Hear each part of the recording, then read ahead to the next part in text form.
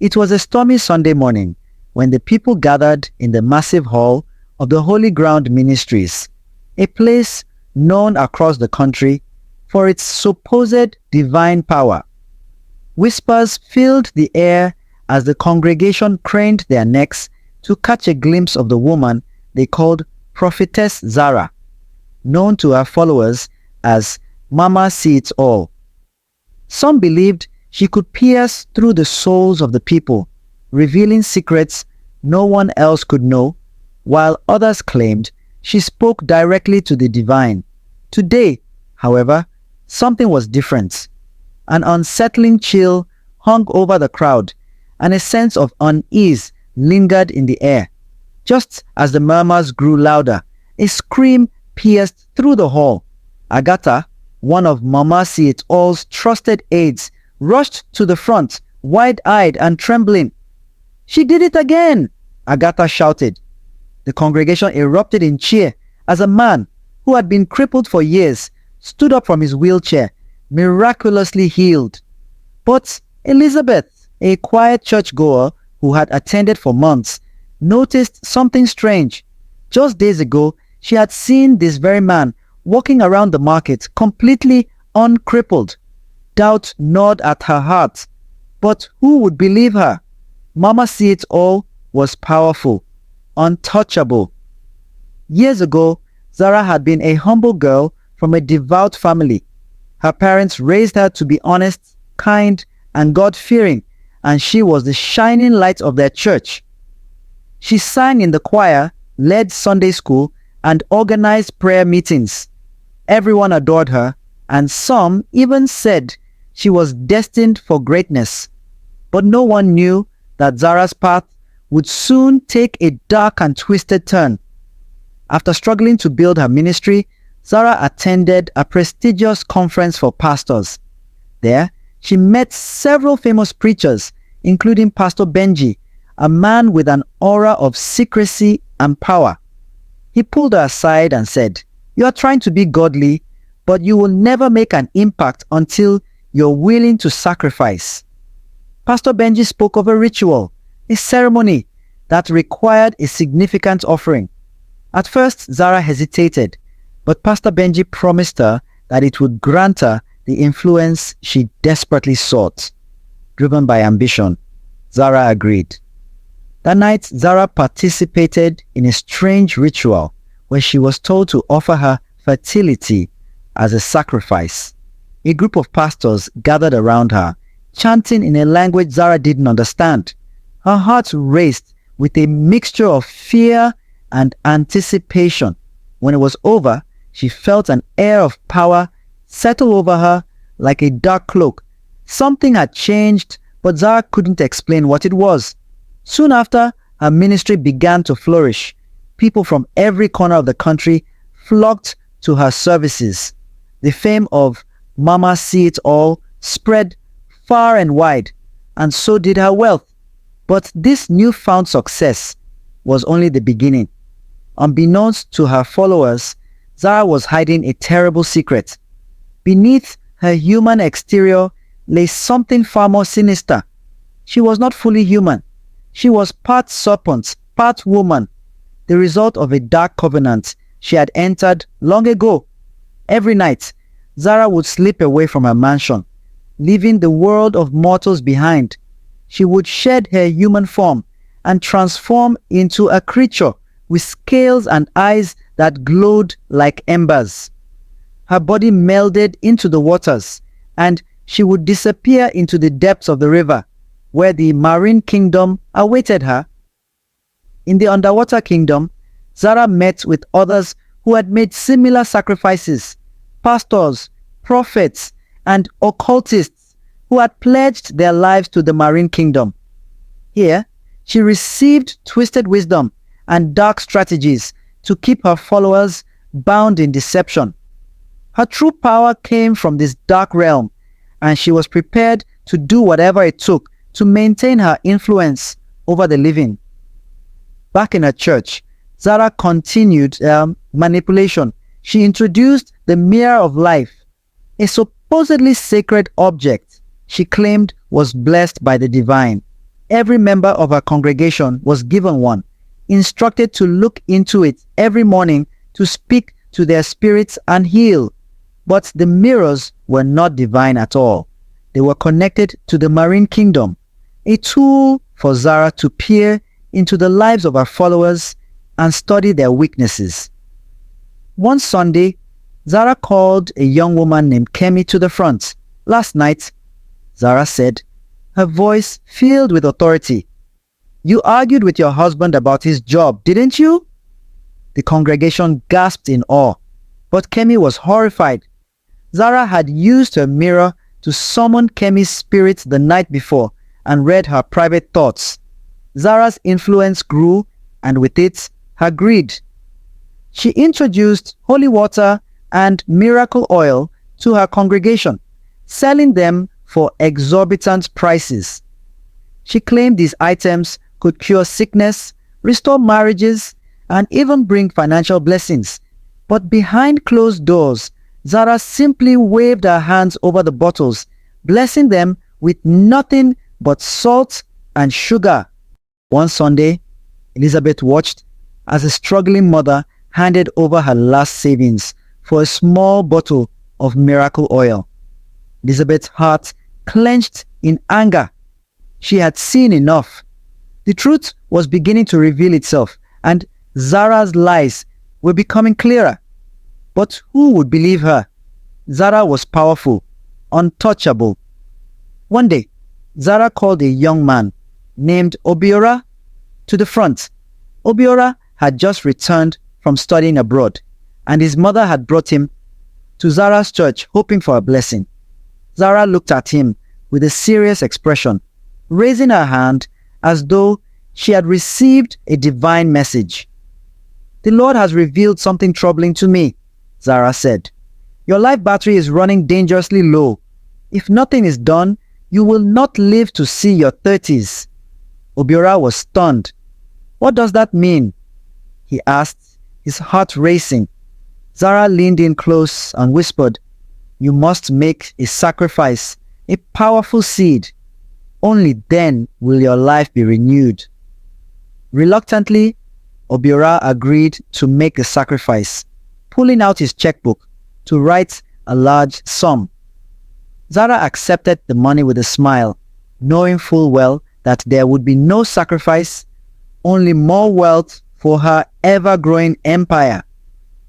Elizabeth watched from the back of the hall, growing more suspicious by the day. She had witnessed too much, and her doubts about Zara's powers had turned into certainty. She was convinced that Zara was nothing more than a fraud, manipulating the innocent and draining them of their wealth. Elizabeth's resolve strengthened, and she vowed to expose Zara's evil deeds, but she knew that doing so would be dangerous. Zara had the power to destroy lives. Still, Elizabeth couldn't ignore the truth that was burning in her heart. She had to find a way to expose Zara, no matter the cost. One Sunday, an elderly man in a wheelchair was brought to the altar. Zara placed her hand on his forehead, murmuring a prayer. The man suddenly stood up, shaking with supposed newfound strength, and the congregation erupted in joyous shouts. But Elizabeth recognized him. He was an actor, paid to pretend to be crippled for the miracle. This was no divine healing. It was another carefully orchestrated deception. The more Elizabeth uncovered, the clearer it became that Zara's entire ministry was built on lies and manipulation. But what could she do? Zara's power was vast, and she had a legion of devoted followers who would fight anyone who dared to speak against her. Zara's influence grew with each passing day, and she continued to manipulate the people in her congregation. She singled out wealthy men and created false prophecies, convincing them that their wives were the source of their troubles. Zara sowed discord in families, knowing that she could easily manipulate the men into doing her bidding. But her manipulation didn't stop there. She also claimed that she could bless any jar of water. turning it into a powerful remedy for illness and financial struggles. For a fee, people would leave their jars with her for blessing. But Zara's trick was simple. Salt and sugar were all it took to create the illusion of holy water. Driven by curiosity and determination, Elizabeth decided to follow Zara one night. She waited in the bushes behind Zara's mansion, clutching her phone tightly, hoping to capture some evidence of Zara's dark secrets. As midnight struck, Elizabeth saw Zara emerge from her mansion. She moved with grace, her steps almost gliding across the ground. Zara walked towards the river, and Elizabeth's heart raced. Then, before Elizabeth's eyes, Zara began chanting in an ancient language. Her body shimmered, and her legs melded together. As she transformed into a serpent, Zara slithered silently into the water, disappearing into the depths. Elizabeth gasped, her mind reeling from what she had just witnessed. Zara was not human. She was a creature from the depths of the marine kingdom, a dark realm where she drew her power. The truth was more terrifying than Elizabeth had ever imagined. Zara was not just deceiving her followers, she was manipulating them with powers from another world, and she would stop at nothing to maintain control. As Elizabeth returned home, her heart heavy with the truth, she knew her mission had changed. She had to stop Zara before she caused more harm. But how could she, an ordinary woman, confront someone so powerful and dangerous? Elizabeth knew that she was not alone. She would find others, brave souls who would stand with her to expose the darkness and take down the woman who had built an empire on lies. Elizabeth's mind raced as she reviewed the events of the past few days. She had witnessed something so dark, so sinister, that she felt compelled to act. But how could she confront Zara, the prophetess who seemed untouchable, the woman whose influence spread far beyond the walls of her church? Zara's power was not just in the physical realm, it was tied to something far older, far more dangerous. Elizabeth knew she couldn't do this alone. She needed allies, people who had also seen through the lies, those who had once trusted Zara, but now recognized her for what she truly was, a manipulator, a predator. Slowly, Elizabeth began to reach out to former members of Zara's congregation, those who had left in silence, their doubts dismissed as personal weaknesses by Zara's supporters. There was Solomon, an accountant whose wife had suffered a miscarriage after Zara's so-called prayers for a safe pregnancy. There was Grace, a young teacher whose savings had been drained by the purchase of Zara's miracle products. And then there was Obi, the young man Zara had almost convinced to make an offering for his life battery. Each one had their story, and each one had been a victim of Zara's manipulations. Together, they would fight to expose the truth. The group met in secret. They chose an abandoned warehouse on the outskirts of town, away from prying eyes. The walls were cracked, the floor covered in dust, but it was the perfect place for planning. Solomon, Grace, Obi, and Elizabeth sat around a makeshift table, papers spread out before them, each of them more determined than the last to bring Zara's empire of lies to the ground. "We have to expose her for who she really is," Elizabeth said, her voice steady. "We know that Zara has been using dark powers to deceive her followers, but to bring her down, we need proof. We need more than just what we've witnessed. We need evidence, something irrefutable." "I've been digging into her financial records," Solomon said, his face grim. "I found that she's been funneling large sums of money to offshore accounts. It's not just donations. She's using the ministry as a front for money laundering." Grace nodded, adding, I found something similar. Zara's miracle oils and waters are being mass-produced in a factory outside of the city. They aren't even blessed. Just ordinary items packaged and sold at outrageous prices. We can't just stop there, Obi said, looking at Elizabeth. We need to go after her darkest secret, the Marine Kingdom. If we can expose her connection to it, we can break her hold over her followers. Elizabeth felt a surge of fear, but also a fierce determination. The Marine Kingdom was the source of Zara's true power, the place where she had forged her unholy pact. Exposing it could destroy Zara's influence once and for all. But how do we get to that? Elizabeth asked. We know Zara is involved with them, but it's a secret she's worked hard to keep buried. The truth is dangerous. Solomon looked up from his papers, his expression hard. There's one person who can help us. Someone who used to work for Zara in the ministry. Someone who's seen things up close. If we can get to her, we might have a chance. The woman Solomon spoke of was Mavis, a former associate of Zara who had left the ministry after experiencing a personal tragedy that she believed Zara had caused. Mavis had disappeared from the public eye, but Elizabeth knew she had to find her. Mavis was the key to unlocking Zara's deepest secret. After a few days of searching, Elizabeth finally found Mavis living in a modest apartment on the outskirts of the city. Mavis had aged beyond her years, her once vibrant eyes now clouded with a mixture of sorrow and fear. When Elizabeth introduced herself, Mavis hesitated at first, but the mention of Zara's name made her eyes narrow with both anger and recognition. She's more dangerous than you think, Mavis whispered after Elizabeth explained her mission. Zara made her pact with the Marine Kingdom when she was young, desperate for power. She didn't realize the cost.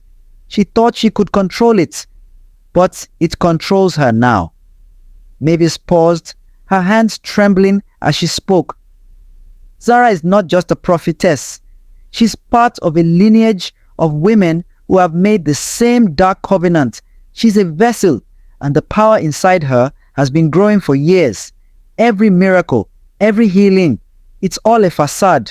The real power comes from the Marine Kingdom. It's what gives her influence, but it also feeds on her. That's why she has to keep feeding it. Elizabeth's heart pounded in her chest as Mavis spoke. The truth was darker than she could have imagined. Is there a way to break her hold? Elizabeth asked, her voice desperate. Mavis nodded slowly. There's only one way. Zara's power is tied to an artifact, a necklace that she wears every time she performs a miracle. If you destroy the necklace, you destroy her connection to the Marine Kingdom. But be warned, it won't be easy. Zara is powerful, and she will stop at nothing to protect that necklace. With Mavis' information, Elizabeth and her team devised a plan to infiltrate Zara's mansion during one of her prayer sessions. They knew that Zara always wore the necklace during these events, and it was their only chance to destroy it. The night of the plan, Elizabeth felt both fear and resolve. As they made their way through the mansion's lush gardens, the sound of Zara's booming voice echoed from inside. The congregation was gathered, waiting for their miracle. Elizabeth's heart raced as they slipped into the mansion unnoticed. They moved quickly through the dark halls, avoiding guards and cameras. Finally, they reached the room where Zara was performing one of her miracles. The congregation was on their knees, eyes closed in prayer, while Zara stood at the altar, her arms raised in the air. The necklace glittered around her neck, casting an eerie glow. Solomon and Obi stood guard, while Elizabeth and Grace made their way to the altar. They had to be quick. Elizabeth's hands shook as she reached for the necklace, but just as her fingers brushed the pendant, Zara's eyes snapped open. She turned, her gaze locking onto Elizabeth. "You think you can stop me?"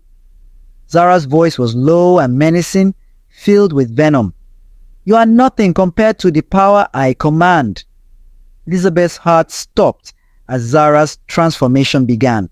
Her eyes shifted, glowing a sickly yellow, and her mouth elongated into a serpentine grin.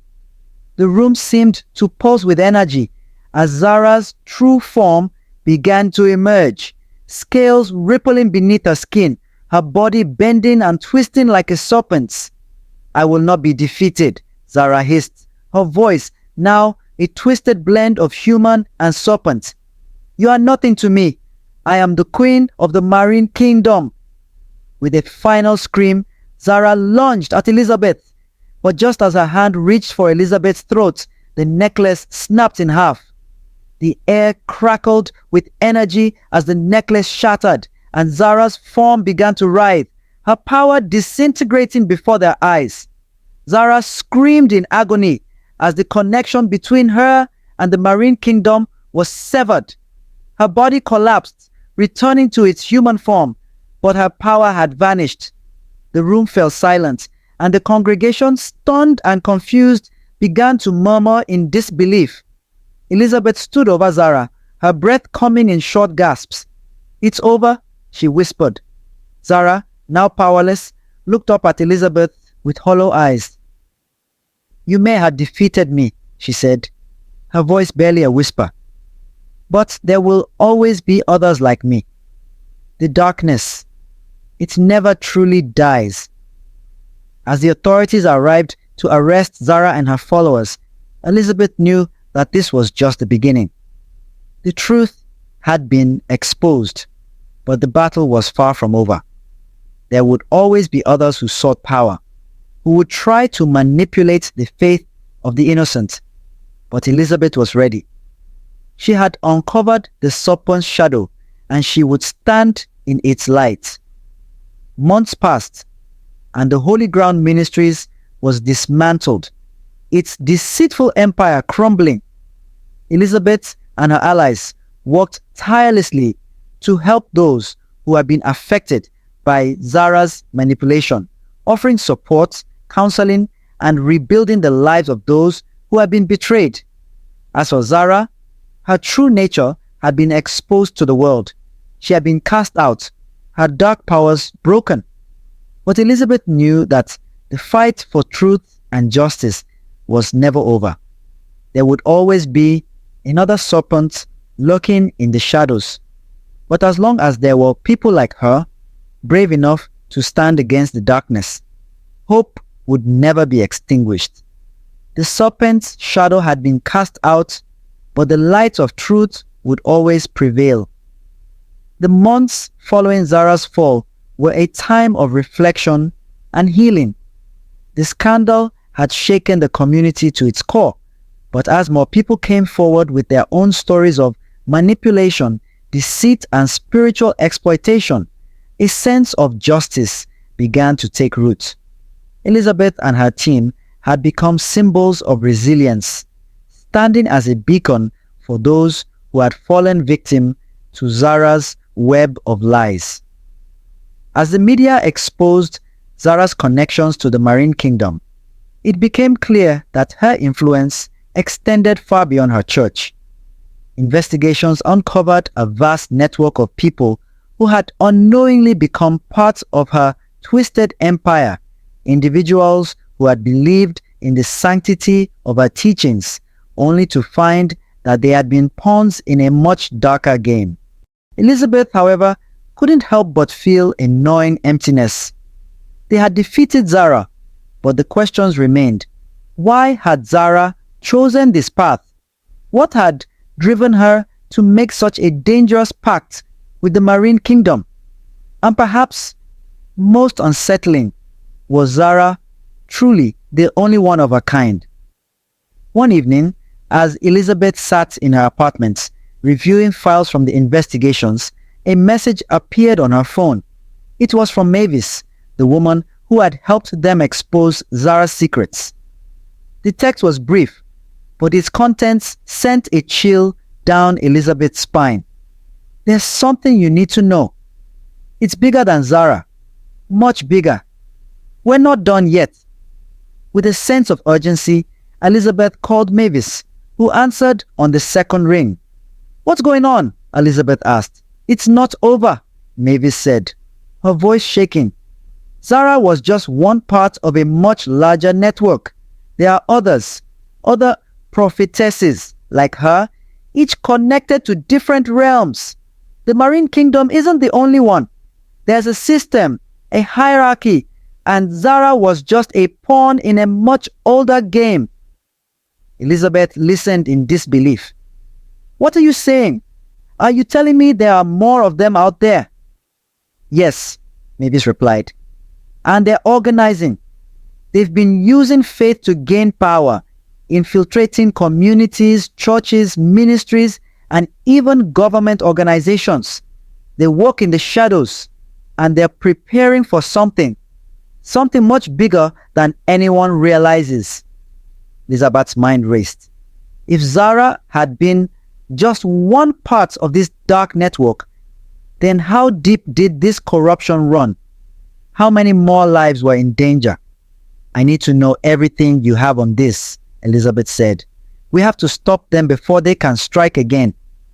Mavis agreed to meet with Elizabeth the next day, and when they did, the truth Mavis revealed shook Elizabeth to her core. Zara, it turned out, had been a member of a clandestine organization of women who had made pacts with powerful and dangerous forces from other realms. These forces were not simply mythical or fictional entities, but ancient, malevolent powers that had existed for centuries, feeding off human belief, faith, and fear. The Marine Kingdom was only one of many such realms, each connected to a different prophetess, all of whom had been using their influence to manipulate and control their followers. Their true purpose was not just wealth or fame. It was to amass power on a scale that could reshape reality itself. "They've been gathering for generations," Mavis said, her voice trembling with fear, "and they're about to make their move. I don't know how they plan to do it, but I do know that they're all connected. The only way to stop them is to sever the link between them and the realms they are drawing power from." Elizabeth's heart raced. So Zara wasn't the leader of this? She was just one of many? Yes, Mavis confirmed. Zara was an ambitious one, but there are others.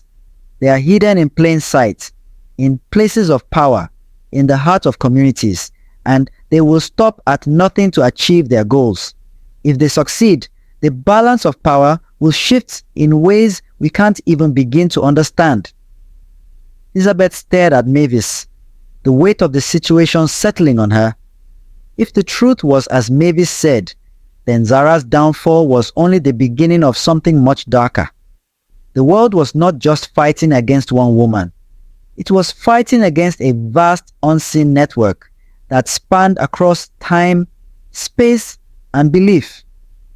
Elizabeth and Mavis spent weeks compiling evidence, tracking down leads, and speaking with individuals who had been in contact with other prophetesses. They learned that these women were scattered around the globe, each holding a unique connection to a different realm.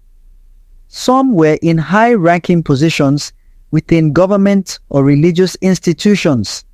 Others were working quietly within communities, sowing seeds of fear and control. One by one, they identified the key figures. A woman in Egypt who claimed to have visions of the ancient gods. A charismatic leader in South America who spoke of a hidden underworld. A revered spiritual healer in Asia who claimed to commune with spirits from another dimension. Each of them had a following, each of them wielded power, and each of them was tied to a dark force. But with each lead they uncovered, the shadow of the Marine Kingdom grew larger. There was an undeniable connection between these women and the realms they drew their power from. The more Elizabeth and Mavis investigated, the more they realized that this was not just an isolated phenomenon. It was a worldwide conspiracy. "We have to go after them," Elizabeth said, determination in her voice. "We can't let them continue to manipulate people. We need to expose them, just like we did with Zara." Mavis hesitated, her face drawn with concern. "Elizabeth, you don't understand. These forces are older than we can fathom. If we try to confront them directly, it will be a battle like no other. We'll need more than just our voices. We'll need something stronger." The decision was made. Elizabeth and Mavis began recruiting others, people who had faced these dark forces and survived.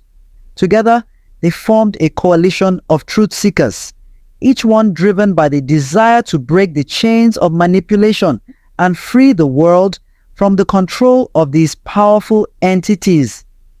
As they gathered in secret, planning their next moves, Elizabeth couldn't shake the feeling that they were up against something far more dangerous than they had imagined.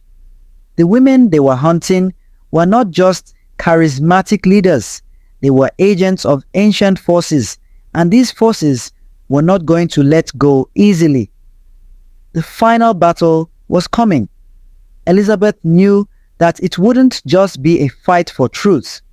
It would be a fight for the very soul of humanity. In the aftermath of the battle, the world was forever changed.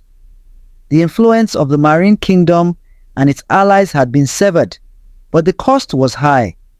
Many lives had been lost, and the scars of the conflict would never fully heal. Yet, for those who had survived, the truth was now clear. The battle for freedom and truth was far from over. There would always be new threats, new forces seeking to control and manipulate. But Elizabeth and the coalition she had helped build were ready. They had seen the darkness, they had faced it, and they had won.